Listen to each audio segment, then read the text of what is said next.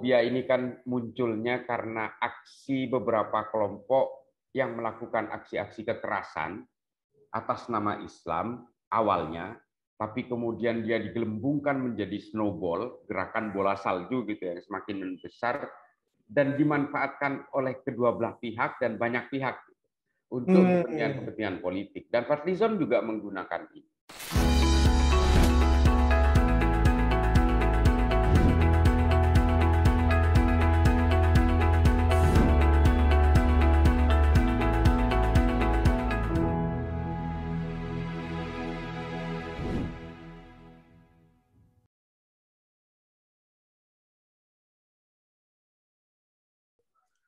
Kawan baik, jumpa kembali dengan Nur Iswan Channel.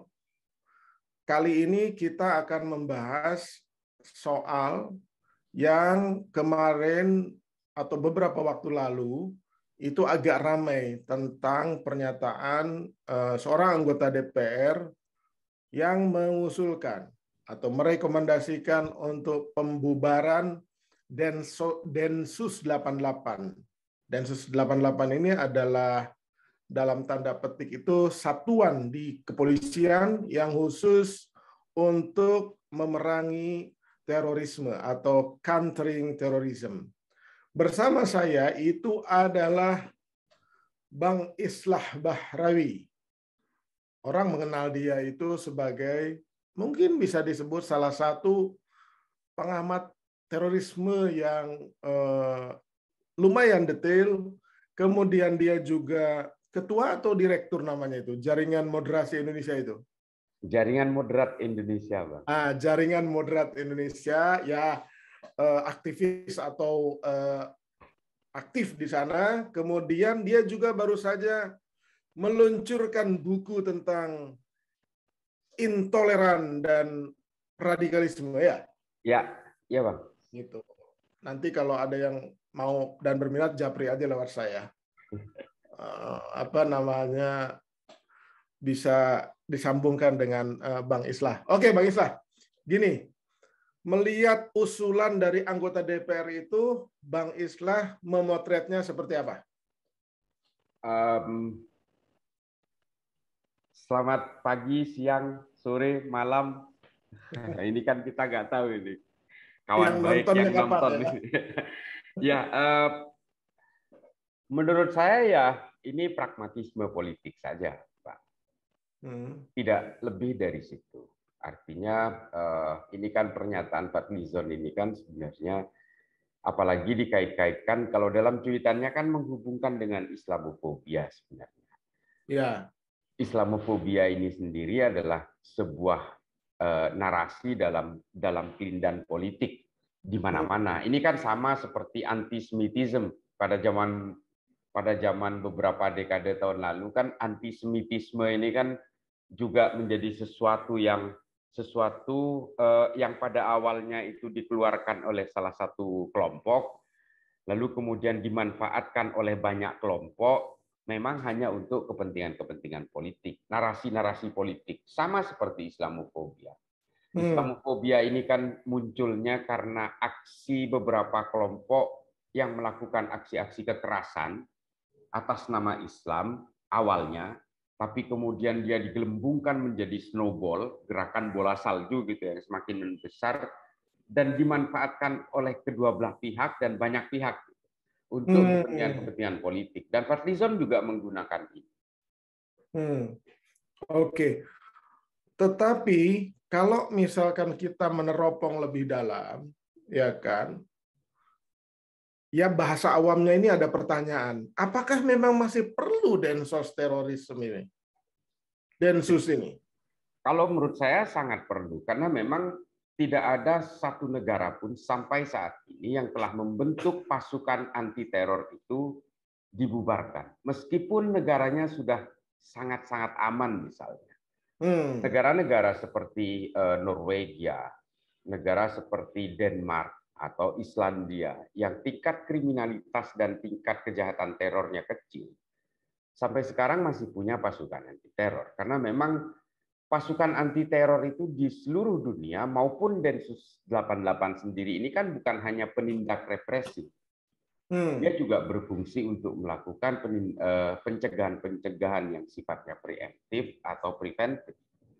Jadi jangan kita melihat bahwa pasukan-pasukan anti teror, terutama seperti Densus 88 ini, adalah pasukan yang hanya dar-der-dor seperti koboi nangkep selesai gitu aja. Artinya sama seperti konsep pasukan anti teror di seluruh dunia, memang ini Bang, memang didesain untuk bukan hanya menindak tapi juga mencegah. Dan juga melakukan upaya-upaya reintegrasi dan juga deradikalisasi terhadap teroris-teroris yang ditangkap.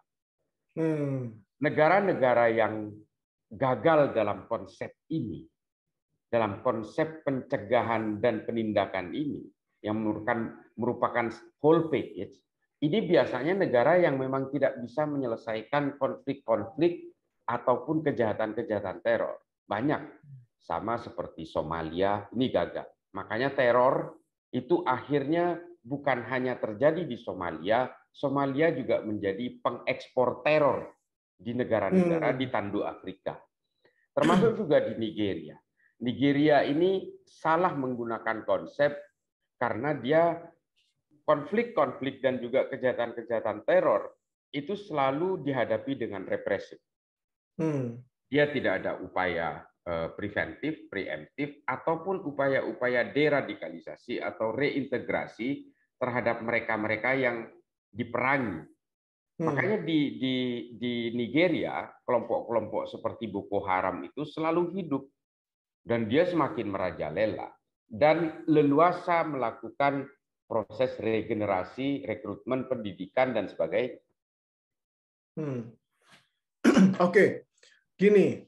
Kalau di Barat itu the first ever atau yang pertama kali memiliki program atau juga mungkin pasukan anti teror yang serius itu Amerika Serikat yang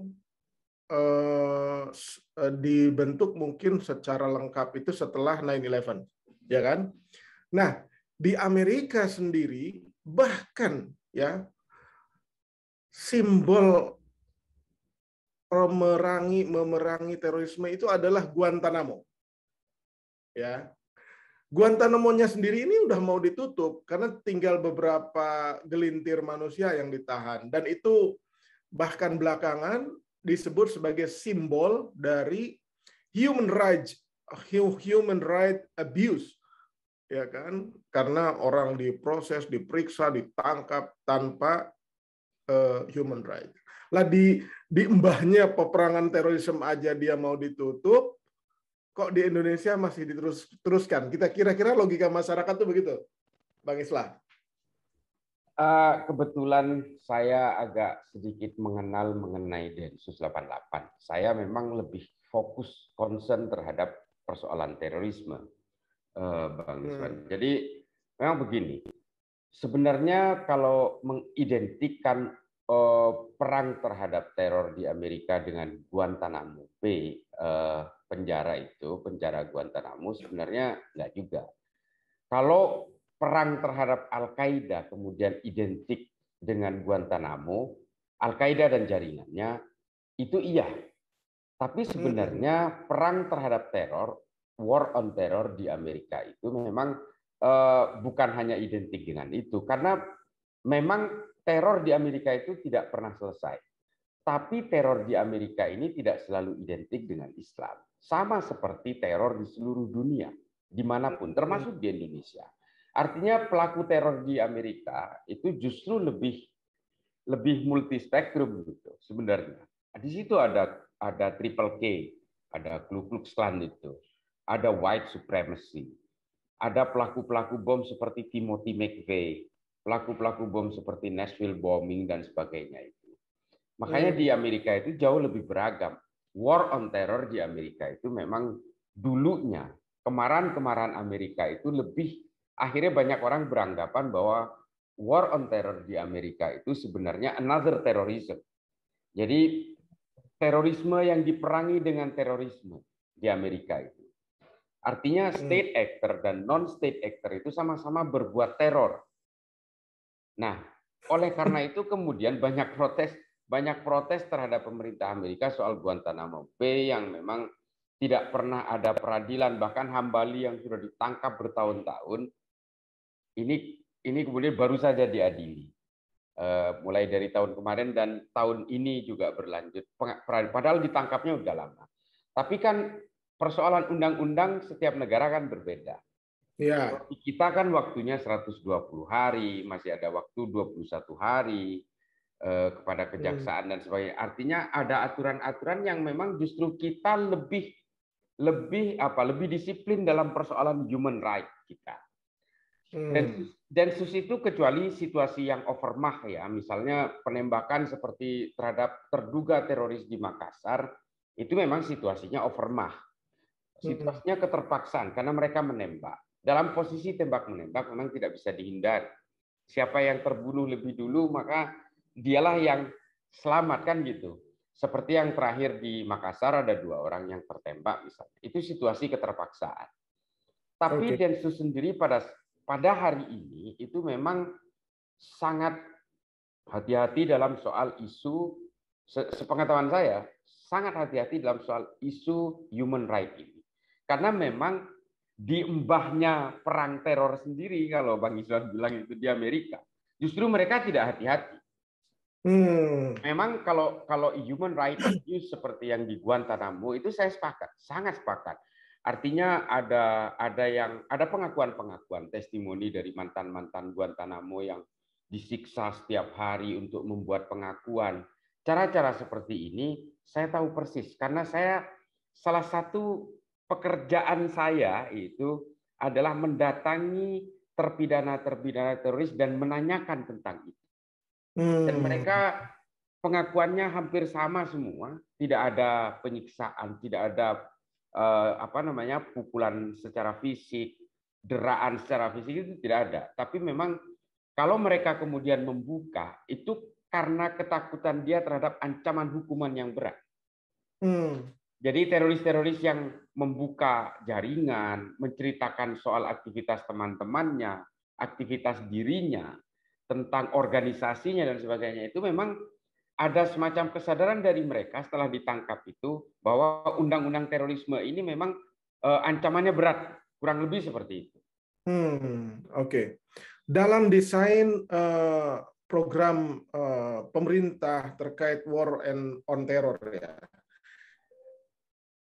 kan kalau Densus 88 itu kan adanya di hampir ujung lah sebelum pengadilan, karena dialah yang menentukan atau yang melakukan penangkapan, penindakan ya, kan gitu ya dalam desain perang terorisme kita.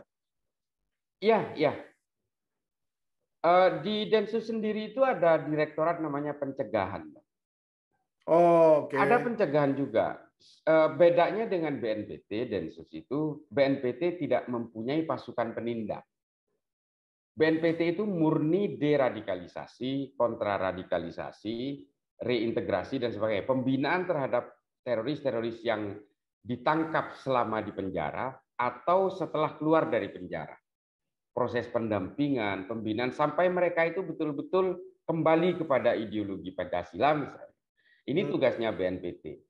Tapi di Densus juga ada lembaga kecil seperti ini yang disebut dengan Direktorat Pencegahan. Selain memang ada direktorat namanya Direktorat Penindakan. Artinya begini, di Densus sendiri memang sepanjang sepengetahuan saya, karena saya memang sering sekali berdiskusi dengan teman-teman dari Densus ya, makanya saya tahu persis isinya di dalam itu. Karena ya terus terang hampir semua dir saya sering ngobrol dengan mereka, dengan semua direktur di direktoratnya. Memang sekarang Densus sendiri lebih memfokuskan terhadap pencegahan sebenarnya. Memang jauh lebih fokus terhadap itu. Di dalam pencegahan itu sendiri ada 2 kasubdit subdirektorat itu. Satu kontra narasi dan satu lagi adalah kontra radikalisasi. Jadi memang lalu untuk membina napiter, napiter setelah keluar dari penjara, mantan napiter ya. Itu ada direktorat lain namanya Idensos. Jadi sebenarnya fitur-fitur di Densus itu komplit. tapi tidak didominasi oleh penindakan. Dia justru didominasi oleh upaya-upaya preemptif, preventif, dan upaya-upaya deradikalisasi itu tadi sebenarnya. Oke, terkait dengan radikalisme, intoleransi, terorisme, kita itu sebenarnya kadang-kadang masih bingung gitu dengan adanya itu.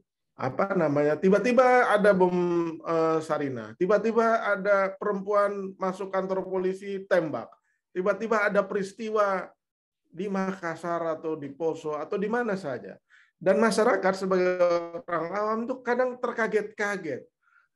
Ada juga yang ekstrim mengatakan, ah itu pasti tidak benar, itu pasti pengalihan isu, itu pasti drama yang dibuat.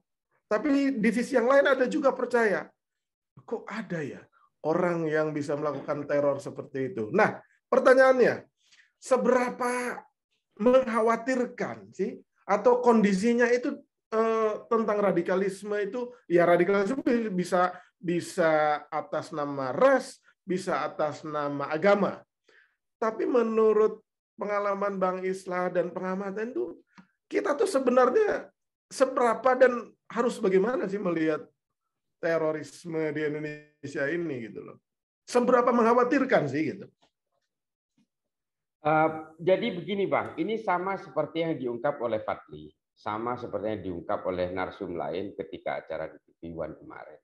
Itu dia tegas-tegas menuduh bahwa, bahkan Fadli lebih tegas lagi soal itu, bahwa semua aksi teror di Indonesia ini adalah bisa dibilang fabrikasi. Bahkan ada riset di Amerika katanya didominasi oleh fabrikasi, make up story dan sebagainya. Artinya itu rekayasa, sebuah proses engineering, proses dari sebuah kejadian. Bahkan ada yang menuduh ada pelaku bom bunuh diri, ini nggak masuk akal, dia bisa diremote dari jauh. Ya begini, orang bisa saja melakukan asumsi, Bang. Bisa saja melakukan interpretasi dan sebagainya. Tapi yang perlu dipertegas adalah di Indonesia ini organisasi teror itu banyak sekali. Sangat banyak. JI, JAD, JAK, JAS, JAT, MIT, MIB. Belum ditambah dengan belakangan ini yang lagi mengemuka ini soal NII dan sebagainya. Kita sebenarnya kalau kita kembali kepada persoalan definisi, makanya kelompok-kelompok jaringan teroris ini tidak harus selalu melakukan teror. Ada yang berusaha melakukan konsolidasi. Ada beberapa organisasi yang rajin melakukan i'dad, masa persiapan. Ada yang berusaha memapankan struktur organisasinya. Tapi di antara semua organisasi di Indonesia ini yang paling rapi hingga saat ini hanya Jamaah Islamiyah. Jamaah Islamiyah ini adalah organisasi teror yang paling awal yang terorganisir. Ini pecahannya NII, Darul Islam. Jadi dulu ketika Darul Islam ini pemimpinnya, ini saya sedikit cerita soal genealoginya. Jadi Darul Islam itu dulu pimpinannya namanya Ajangan Mas Duki. Dan di dalam Darul Islam itu ada Abdullah Sungkar. Dua orang ini adalah tandem dulu.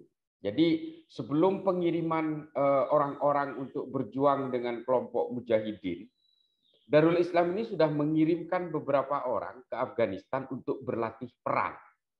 Karena mereka ingin memberontak di Indonesia. NI kita tahu dia ini terornya lebih bersifat insurgensi, pemberontakan. Nah, tapi kemudian pecah.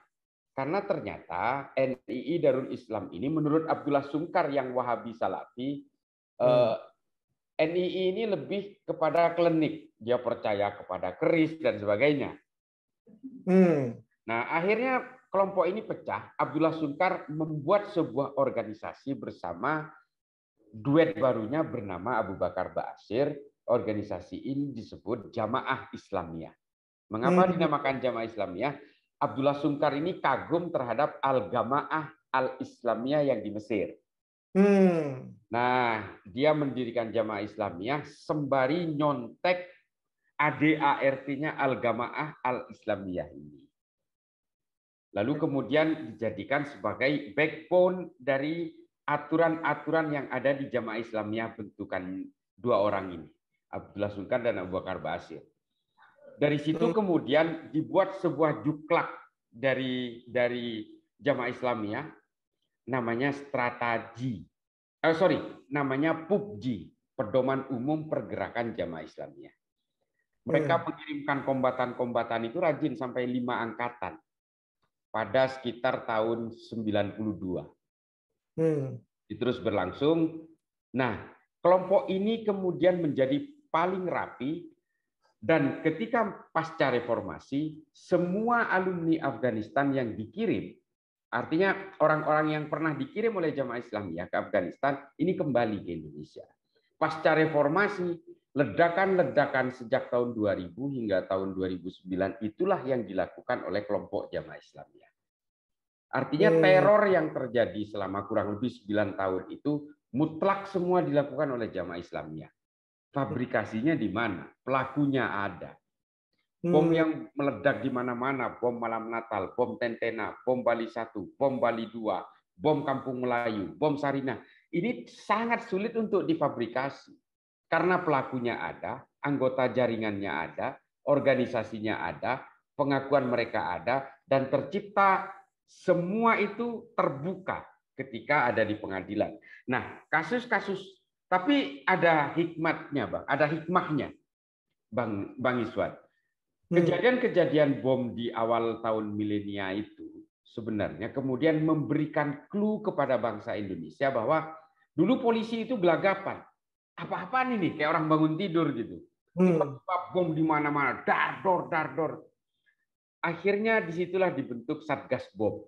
Ini adalah embrionya Densus 88.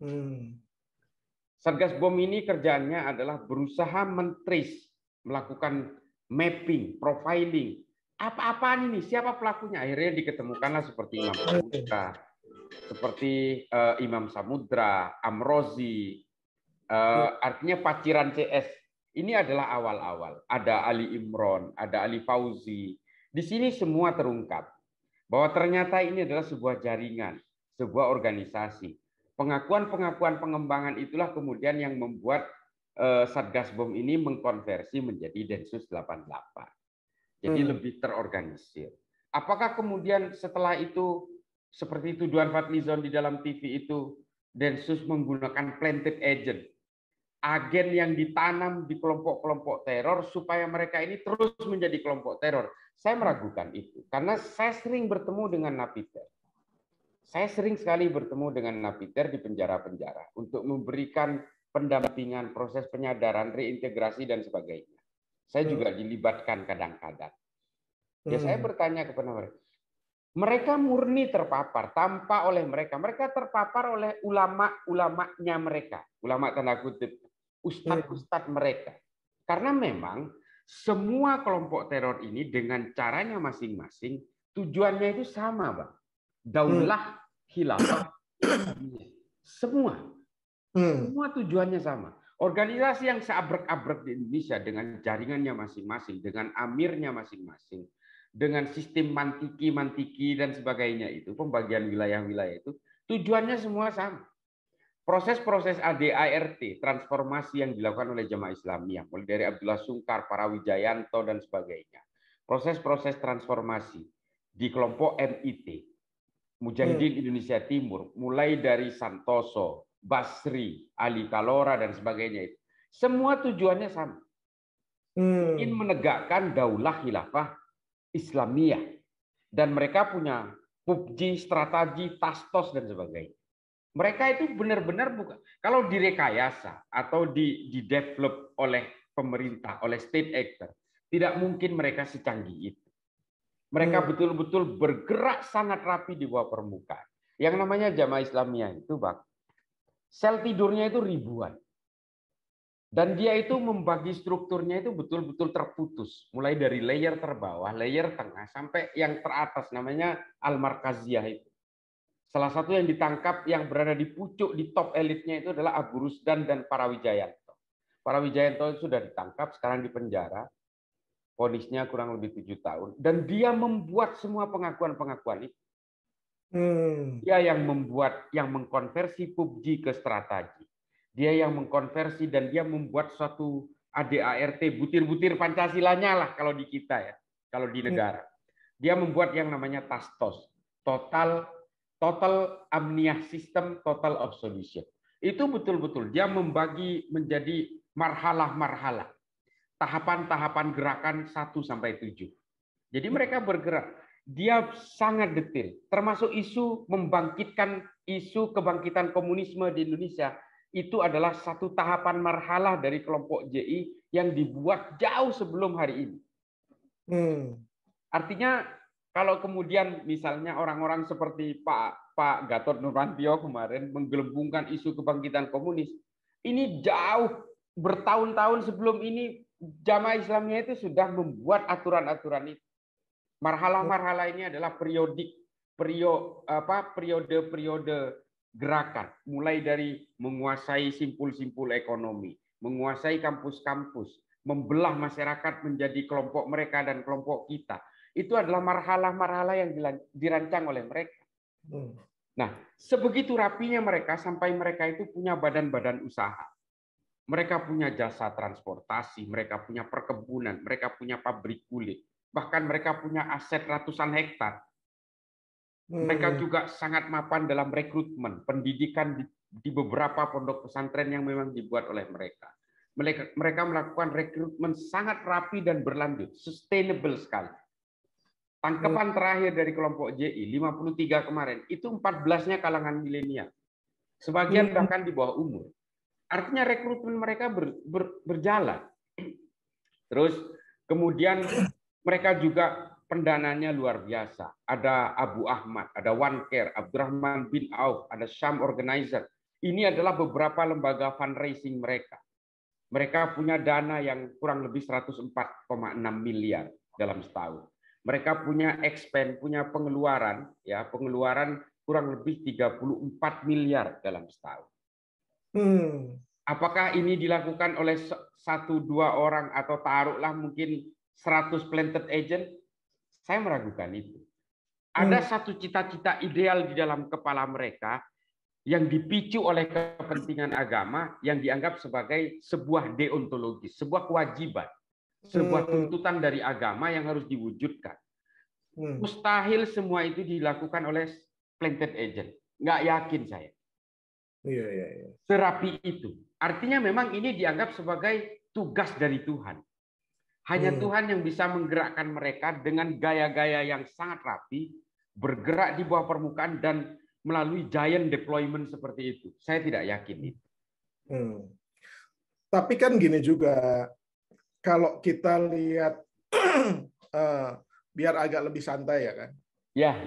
Kalau kita lihat film-film Amerika, film di Amerika itu miniseries maupun bioskop itu kan cerminan dari peristiwa masyarakatnya. Film yang terkait dengan terorisme, FBI, CIA, itu sebenarnya biasa. Kalau agen-agen mereka ditanam itu, bahkan spion-spion mereka memang ditanam di situ, kadang-kadang mereka juga bertugas untuk memanasi dan mendorong sehingga teror itu terjadi. Ya kan? Kan itu biasa. Artinya amat sangat mungkin itu terjadi. Ya kan? Jadi kalau saya membaca Fadlizon mungkin bahasanya itu. Jadi tidak bisa juga dibantah 100% bahwa itu tidak mungkin. Kalau bicara mungkin, itu mungkin, kata Fadli mungkin ya kan. Itu kira-kira. Gitu Bang Islah, gimana?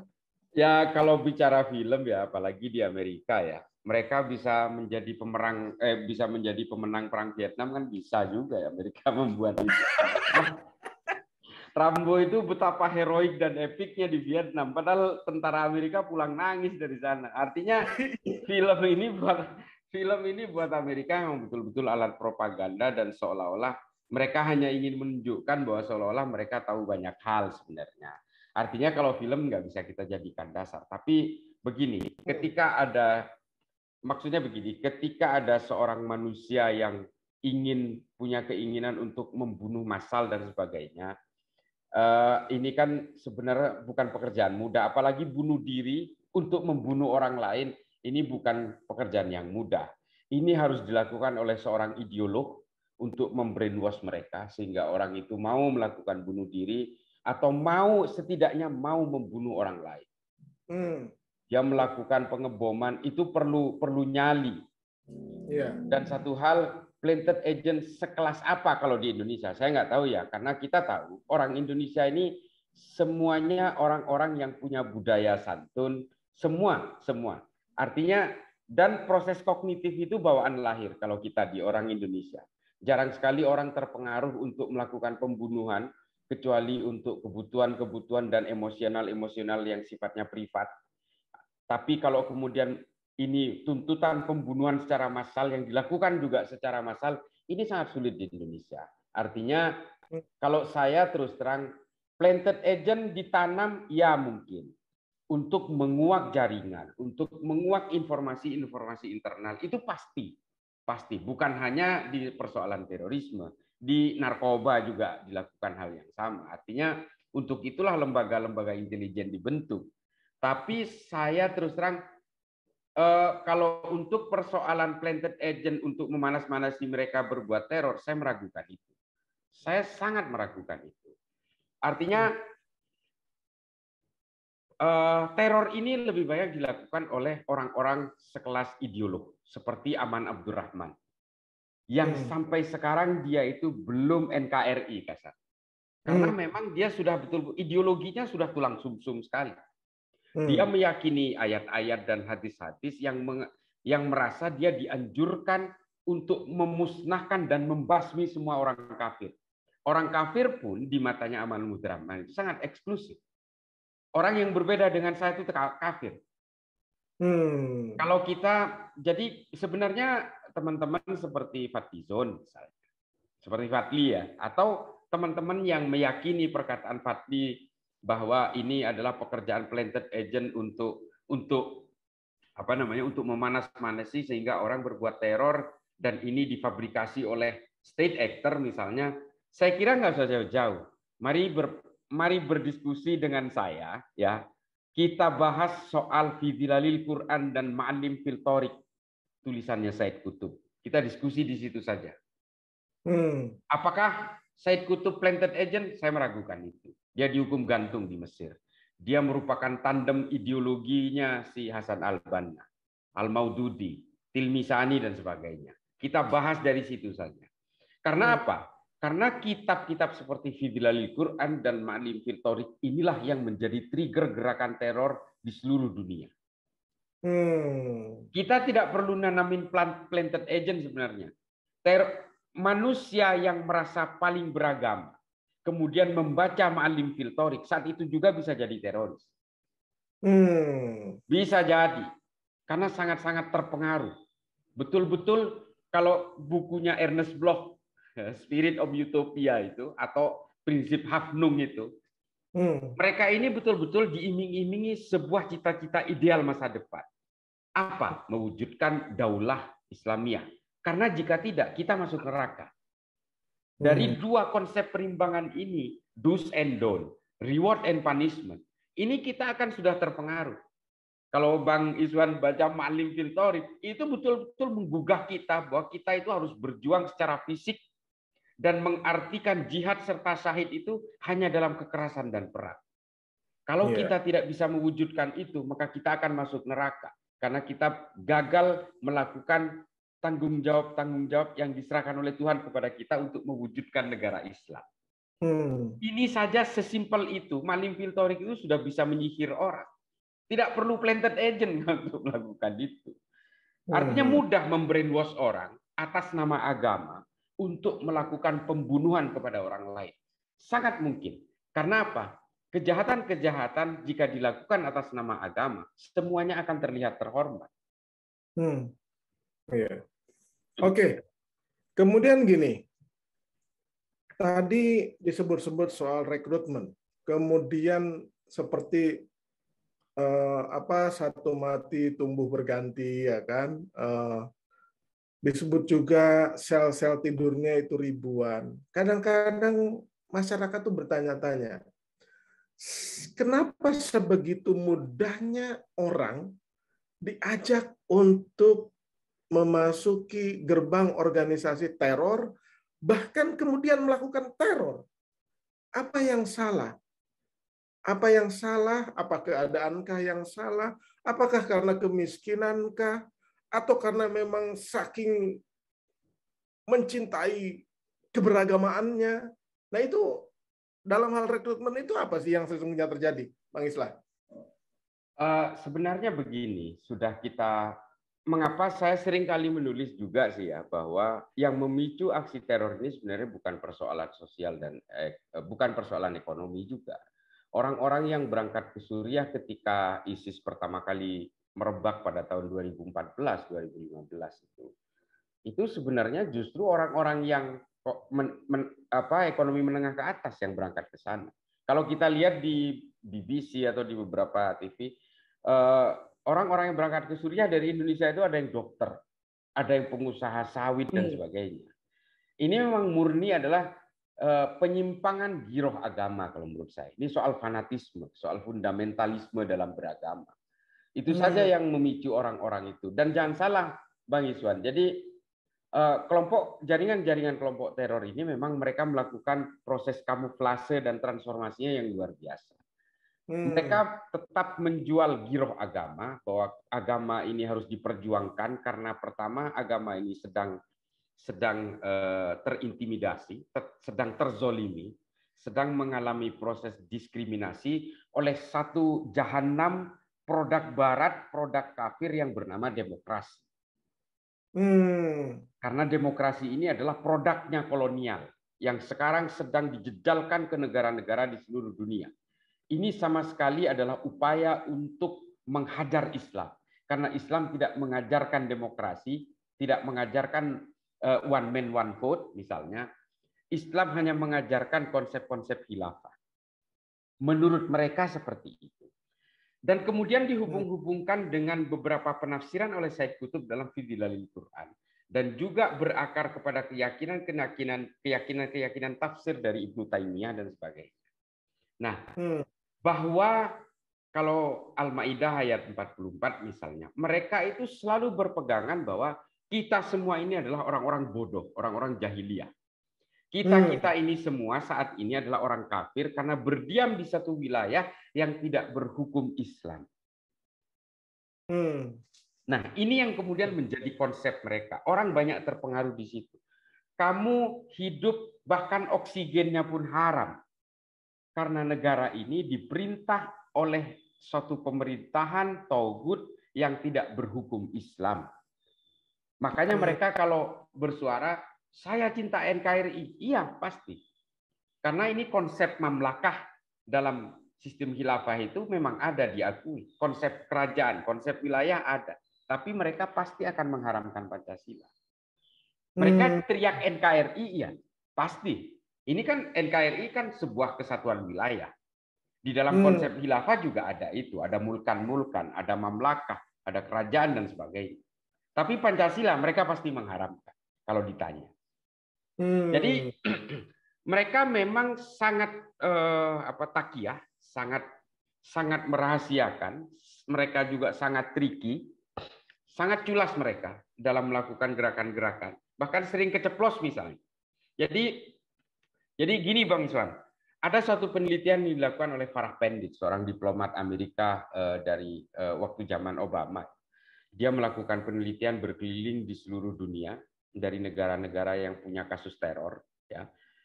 Hasil penelitiannya memang agak sedikit kontroversi kalau bagi saya, ya, dan mungkin bagi sebagian orang Islam, semua pelaku teror yang tertangkap itu semuanya menganut paham Wahabi Salafi. Tapi tidak semua penganut Wahabi Salafi ini teroris. Ini hasil temuannya dia. Di Indonesia juga demikian. 100% mereka itu begitu. Sama seperti yang ditemukan Farah Pendit. Tidak ada yang tidak punya paham yang sama seperti itu di Indonesia. Semuanya mengarah ke situ. Mengapa mereka mudah begitu? Karena mereka mudah mengkafirkan orang lain. Ketika dia ada orang lain yang berbeda dengan saya, maka dia cenderung kafir. Kalau saya mengharamkan ziarah kubur, orang yang ziarah kubur itu dianggap bid'ah dan bid'ah adalah kafir. Orang yang gemar melakukan bid'ah itu adalah sesuatu yang buruk. Dolalah. Nah, ini kemudian menjadi orang kafir. Nah, ini guliran-guliran kebencian itu tercipta dari beberapa konsep-konsep hukum, usul-usul fikih itu. Nah, inilah yang terjadi. Ketika orang berkenalan dengan paham-paham yang seperti ini, maka orang itu mudah digiring untuk melakukan praktik-praktik kebencian dan mudah berkenalan dengan radikalisme, lalu mudah berkenalan dengan terorisme pada akhirnya. Pada tahap level paling pedas itu kan terorisme. Awalnya memang musik haram, sehingga orang yang bermain musik itu dianggap sebagai orang yang cenderung kafir, bagian dari mereka. Bank haram, sehingga dia ketika tadinya kerja di perusahaan bank, dia keluar, dia jualan parfum misalnya. Nah, ini adalah konsep-konsep yang pada akhirnya mengalienasi kelompoknya sendiri dari kelompok orang lain, dari publik, dari orang umum, mengalienasi diri saya dan mengalienasi kelompok saya. Ini adalah bibit-bibit terbentuknya radikalisme. Ini yang harus kita perhatikan. Ditambah dengan kepentingan-kepentingan politik. Ini semakin membuat carut-marut. Jadi menurut saya, Bang Iswan, ada dua faktor yang menggerakkan terorisme itu. Satu, politik.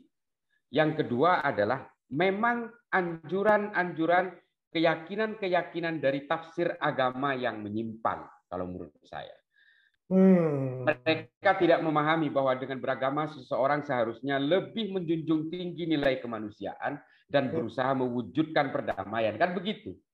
Iya. Nah, ini tidak. Justru dia dengan beragama, dia merasa dituntut untuk membenci orang lain. Dia dituntut untuk membenci lingkungan sekitar. Dan dia dituntut untuk melakukan proses-proses alienasi terhadap orang yang berbeda. Inilah kemudian yang menjadi bibit teror itu. Oke. Kita udah mulai mau di penghujung ini, ya kan? 1 jam bincang tentang radikalisme dan terorisme gara-gara Fadlizon, ya kan? Gini, bagaimana saran Bang Islah, ya, kepada para pemirsa semua yang punya keluarga, punya anak-anak yang sedang tumbuh, agar tidak terpapar virus radikalisme, intoleran, dan yang nanti dikhawatirkan ujungnya terorisme. Karena gini, kita mungkin ada pada generasi yang ketika kuliah itu, gerakan itu sebenarnya ada. Sudah mulai ada. Ya kan?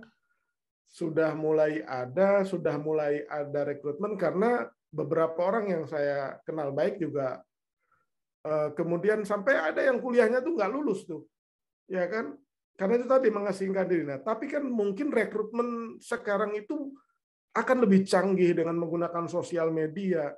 Gimana kita melindungi keluarga kita, melindungi teman kita, melindungi anak-anak kita bahkan.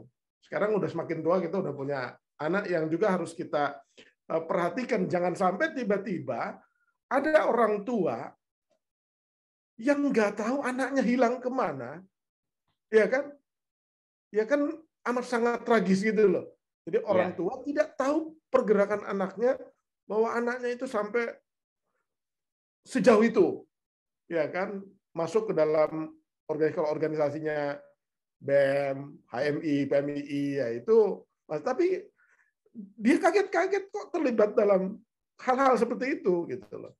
Bahkan ada yang pernah kejadian sampai pergi ke luar negeri, tahu-tahu udah di sana. Dan itu terjadi di Amerika juga. Ada di Afghanistan. Di sini banyak juga, Pak. Ya, gimana itu? Gimana caranya mencegah itu semua?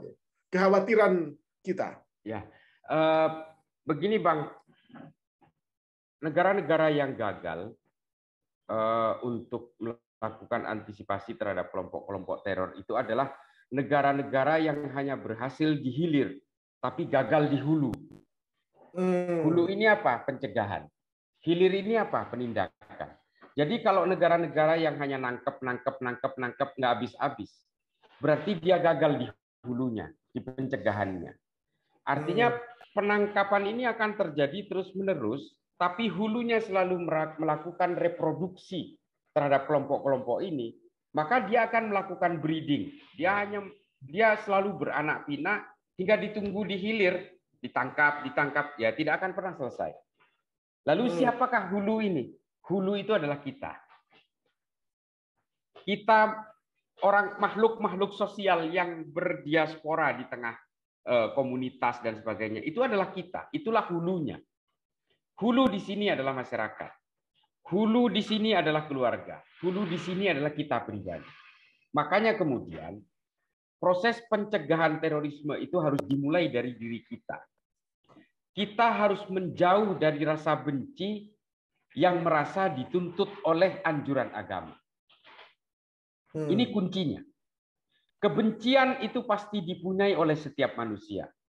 Tapi ketika kebencian itu diorganisir oleh agama, merasa diorganisir oleh agama, ini yang bahaya.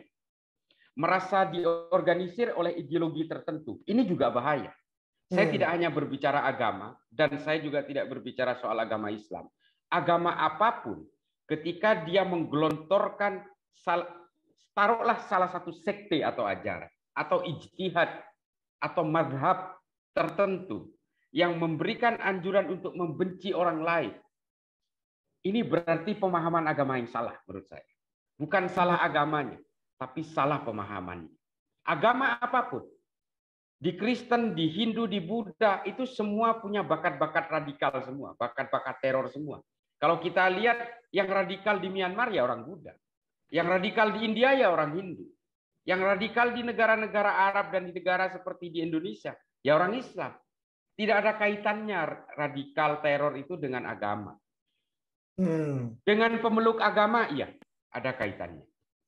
Nah, ini yang harus dipahami. Ideologi juga begitu. Semua ideologi politik, ekonomi, atau apapun, itu punya bakat radikal semua. Ketika dia memberikan anjuran untuk membenci orang lain, memerangi perbedaan, maka radikalisme itu terbentuk. Pada tahap akhir, sekali lagi, pada akhirnya bertemu dengan yang namanya terorisme. Karena ketika kita diajari untuk membenci orang lain, itu masih pada tahap intoleran. Tapi ketika kita diminta untuk membenci kaum lain, membenci karena perbedaan, itu akan terbentuk radikalisme. Dan ketika kita sudah dituntut untuk memusnahkan orang lain, memusnahkan perbedaan atas perbedaan-perbedaan terhadap orang lain secara umum, di situ terbentuknya terorisme. Nah, apa kuncinya di hulu ini yang harus dimulai dari kita? Kita harus menganggap bahwa semua agama ini berbasis kemanusiaan dan kedamaian. Inilah yang dimaksud dengan moderasi beragama. Ini harus dimulai dari kita. Harus dimulai dari keluarga kita, anak-anak kita, istri kita. Lalu ke lingkungan terdekat kita. Ke teman-teman nongkrong kita. Ke teman nge-vape kita. Ngopi-ngopi kita. Teman kita gibah. Kalau di kantor. Nah, itu harus dimulai dari sana. Moderasi beragama itu maksudnya. Silahkan punya keyakinan tafsir apapun. Karena begini Bang Iswan, kita ini semua bukan pemeluk agama sebenarnya. Kita semua bukan pemeluk agama. Kita ini adalah pemeluk tafsir-tafsir agama. Semua. Mau yang Kristen, mau yang Islam, Hindu, Buddha, semua.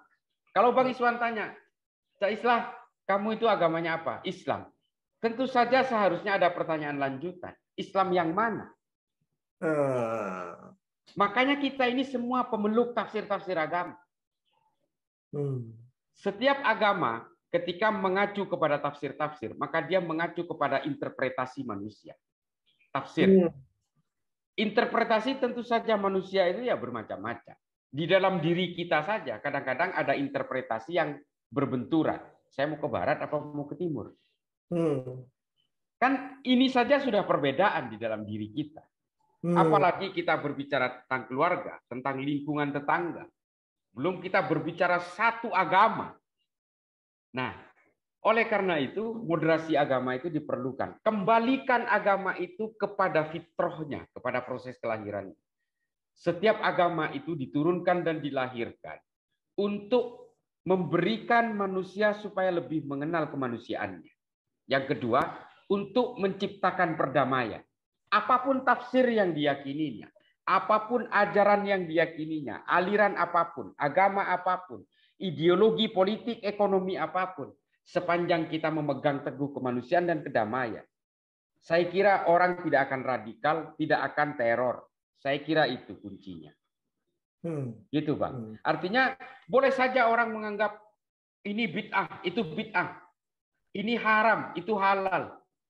Tapi sepanjang orang itu menghargai kemanusiaan dan selalu ingin mewujudkan perdamaian, maka orang selesai di situ. Orang tidak akan ada ego sektoral. Orang sudah selesai di situ dengan ego pribadi-pribadinya. Nah, ini penting. Nah, kita, keluarga kita, ajari dengan cara itu. Anak-anak kita juga diajari untuk lebih humanity before religiosity, kata Habib Ali Al-Jufri. Sebelum beragama harus mengenal dulu kemanusiaannya. Kalau kemudian orang itu lebih dulu mengenal agama, maka dia akan terjajah oleh pemikiran-pemikiran yang sempit, yang kerdil dan sebagainya, tanpa melihat bahwa agama itu adalah diperuntukkan bagi manusia untuk menjunjung kemanusiaan dan menciptakan perdamaian itu tadi. Di dalam Islam, dalam konteks Islam, Bang, cita-cita ideal Islam itu kan sederhana, Bang. Menjadi agama yang menjadikan Islam ini sebagai agama yang memberikan rahmat bagi seluruh alam semesta. Itu adalah cita-cita idealnya. Maka kalau kemudian Islam ini hanya dinarasikan sebagai kekerasan, sebagai teror dan sebagainya, maka lama-lama tidak akan mempunyai daya tarik. Orang akan meninggalkan agama itu. Karena ketika masuk ke agama itu, orang merasa diperkenalkan dengan kebencian, caci maki, kekerasan dan sebagainya. Nah, praktik-praktik inilah yang kemudian harus kita tinggalkan. Kapan kita bisa mencapai agama rahmatan lil alamin ini kalau dari sekarang selalu disuarakan dengan benci ini, benci itu, pakai BH diatur, pakai celana dalam diatur. Ini kan sebenarnya semua agama ini ditampilkan seolah-olah menjadi borgol, menjadi alat palsu. Makanya di Arab Saudi itu anak-anak mudanya sekarang cenderung ateis semua, terutama perempuan. Karena memang yang menjadi korban disegregasi, intimidasi, dan sebagainya itu adalah kaum perempuan memang. Seolah-olah agama ini hanya diciptakan untuk laki-laki. Seolah-olah persoalan gender ini, seolah-olah bukan pilihan Tuhan. Perbedaan ini seolah-olah menjadi alat untuk mendiskriminasi dan sebagainya. Nah, hal-hal seperti inilah yang harus kita berikan kepada anak kita, keluarga kita, tetangga kita. Bahwa agama ini dilahirkan untuk lebih menertibkan manusia. Bukan menjadi trigger konflik. Agama ini diturunkan sebagai alat untuk menjunjung tinggi kemanusiaan juga. Selain memang hanya beribadah kepada Tuhan dengan ritual-ritual, ini juga sebagai sarana untuk menciptakan perdamaian. Kalau kita lihat proses keturunnya agama-agama dan kitab suci, ketika manusia sudah tidak menjunjung perdamaian, ketika manusia sudah berkenalan dengan brutalitas, turun agama baru, turun nabi baru, turun kitab suci baru. Kan konsepnya selalu begitu. Mulai dari Nabi Ibrahim, selalu konsepnya begitu. Ketika manusia sudah mulai tergelincir ke arah dehumanisasi, ketika orang sudah tidak menghargai kemanusiaan, ketika orang sudah tidak damai, perang sana sini, turun agama baru, turun kitab suci baru, turun nabi baru, selalu begitu. Nah, itulah kita simpulkan bahwa turunnya agama-agama itu adalah untuk mewujudkan rasa kemanusiaan dan perdamaian itu tadi. Nah, inilah yang dimaksud dengan moderasi beragama. Ini yang harus kita suarakan ke anak cucu kita.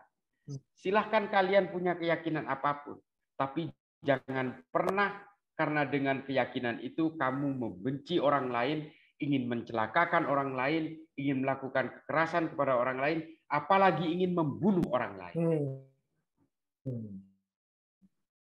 Iya, Saya iya. kira begitu. Oke, Bang Islah, paling terakhir nih, jika melihat keadaan jaringan terorisme hari ini, kedepannya apakah mereka akan melemah atau mereka punya semangat dan strategi baru sehingga bisa terus berkembang? Ini pertanyaan sebagai penutup supaya strategi pencegahan tadi itu lawannya kan ada juga gerakan yang tidak mau dicegah ya Ya, kan? Dia ingin meneruskan program terornya. ya. Nah, itu gimana ke depannya? Kalau kita melihat kepada secara historik, Bang, memang ini memang tidak ada gerakan teror yang bisa dihilangkan sampai 0%. Dilemahkan iya. Nah, proses transformasi berbagai jaringan teror di Indonesia ini memang luar biasa, terutama Jamaah Islamiyah. Jamaah Islamiyah ini sejak tahun 2009 memang tidak pernah melakukan aksi teror kalau kita perhatikan. Tidak pernah. Yang melakukan aksi teror itu organisasi lain yang sifatnya dadakan, seperti Jamaah Ansarud Daulah, JAD misalnya. Pecahannya JI juga. JI ini adalah afiliasinya Al-Qaeda. JAD ini afiliasinya ISIS. Orang-orang JI yang tadinya mendukung ISIS, itu akhirnya keluar membuat organisasi baru yang namanya JAD. Belum ada organisasi-organisasi lain. Artinya begini, secara mungkin melemah iya. Oleh karena itulah yang saya perhatikan Densus 88 itu melakukan penindakan terhadap 3 hal ini. Layer terbawah, ini adalah follower sebenarnya. Ini adalah korban-korban. Pada level menengah, ini ada middle levelnya, ini adalah orang-orang yang bergerak pada tataran praktis di lapangan. Yang di atas ini adalah upper levelnya. Ini ideolog Al-Markaziyah itu tadi. Dari semua 3 layer ini ada pendanaan. Makanya Densus, kalau kita lihat kemarin ada pendanaan seperti Sam Organizer, Abdurrahman bin Auf, kotak-kotak amal, dan sebagainya. Ini berusaha memangkas pendanaan. Karena mustahil mereka menguat kalau tidak ada pendanaannya. Oleh karena itu pendanaan yang dipotong. Markaziyah ini adalah ideolognya yang dipotong. Followernya sambil secara perlahan kita tangkap, misalnya Densus 88 tangkap, supaya punya ruang-ruang untuk berdiskusi dan melakukan upaya-upaya reintegrasi di penjara. Karena tidak mungkin kita melakukan reintegrasi ketika mereka ada di antah berantah. Apalagi kita berbicara tentang sleeping cell. Makanya mereka harus dialienasi dulu dari lingkungannya, dipenjara dulu, dipenjaralah baru kita olah dengan proses-proses kontra ideologi itu tadi. Nah, inilah yang dilakukan konsepnya dalam rangka untuk memerangi ini. Makanya istilahnya adalah memerangi terorisme. Tidak mungkin terorisme ini di 0% kan. Karena kita tahu dari sejak abad-abad awal Hijriah, Khawarij ini sudah terbentuk. Bibit radikal dalam Islam sendiri ini sudah terbentuk dan hidup sampai sekarang. Makanya radikal itu, teror itu memang sulit untuk di bumi hanguskan sampai 0%. Dilemahkan iya secara organisasi. Karena teror ini, kecuali lone wolf, itu memang lone wolf ini yang paling sulit dideteksi, Bang. Ini kan orang yang terpapar sendiri, berbaiat sendiri, lalu melakukan aksinya sendiri. Seperti yang nyerbu. Makanya Fadlizon kemarin di TV One sempat ngomong, apa-apaan ini? Fabrikasi yang lucu. Ada perempuan datang ke Mabes Polri, bawa airsoft gun yang tidak mematikan, nembak kemana-mana, lalu ditembak oleh polisi sedemikian hebatnya. Kalau bukan fabrikasi apalagi? Fadlizon tidak pernah bisa memahami bahwa orang bisa terpapar kapan saja tanpa harus bergabung terhadap organisasi teror.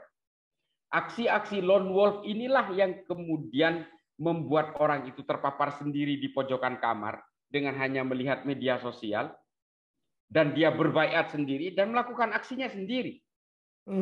Fabrikasinya di mana malahan? Itu yang perlu kita pertanyakan. Aksi lone wolf yang terjadi di Toulouse, di Marseille, di Prancis misalnya, itu semua aksi lone wolf. Orang tiba-tiba nyetir truk ditabrakkan ke kerumunan. Ini kan lone wolf. Tidak punya jaringan. Tapi dia terpapar. Entah dalam kajian, entah lembaga diskusi, atau terpapar sendiri lewat laptopnya. Ini kan tidak bisa dideteksi. Sampai saat ini pasukan anti teror dari seluruh dunia itu hanya bisa mendeteksi lewat pengembangan jaringan-jaringan teror. Semua seperti itu. Aksi lone wolf, orang-orang yang self-radicalize, orang-orang yang meradikalkan dirinya sendiri, ini memang sulit dideteksi. Nah, hal-hal seperti inilah yang membuat kelompok-kelompok teror itu selalu hidup. Selalu menjadi ancaman dari tahun ke tahun, dari tahun ke tahun. Bukan hanya Islam, bukan hanya agama, bukan hanya itu. Ideologi-ideologi termasuk ideologi komunis pun itu selalu menjadi ancaman. Termasuk ideologi seperti kapitalis sekalipun ini juga bisa menjadi ancaman. Ini kan persoalan shifting saja. Artinya ini persoalan global power shifting saja sebenarnya. Saat ini mungkin kapitalisme yang berkuasa, yang paling demokrasi yang paling berkuasa. Ke depan bisa jadi terjadi pergeseran secara perlahan, secara evolusif. Pada akhirnya kapitalisme atau juga demokrasi bisa menjadi kelompok teror pada suatu saat ketika mereka sudah merasa menjadi orang-orang yang tersisih. Makanya teror itu, radikalisme itu selalu hidup.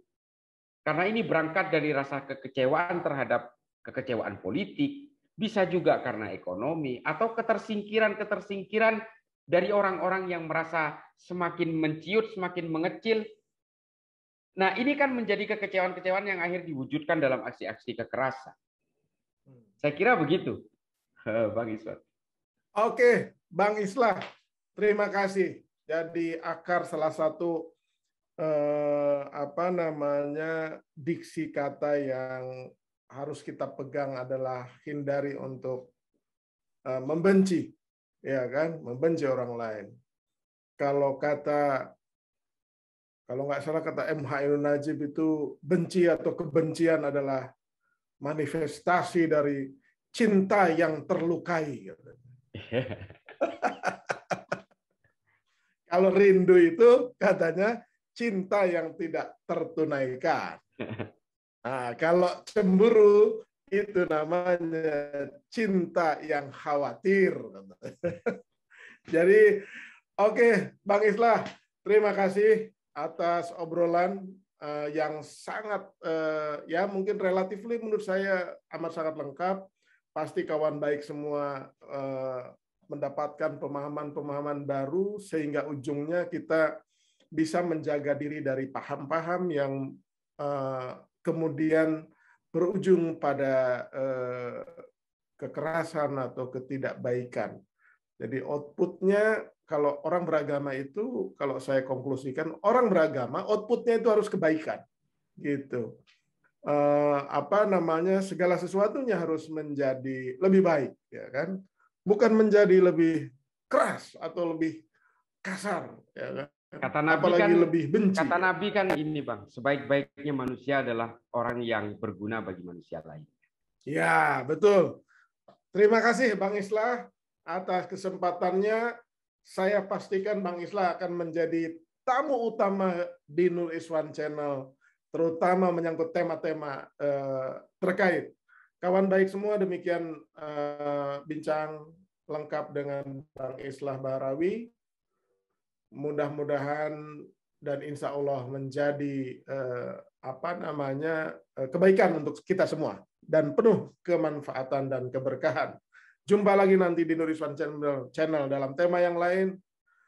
Jangan lupa subscribe, share, like, and comment untuk perbincangan bersama Bang Islah Bahrawi. Sekali lagi, kalau perlu bukunya, Intoleransi dan Radikalisme, tulis di komen, nanti akan saya sambungkan dengan Bang Islah atau penanggung jawabnya.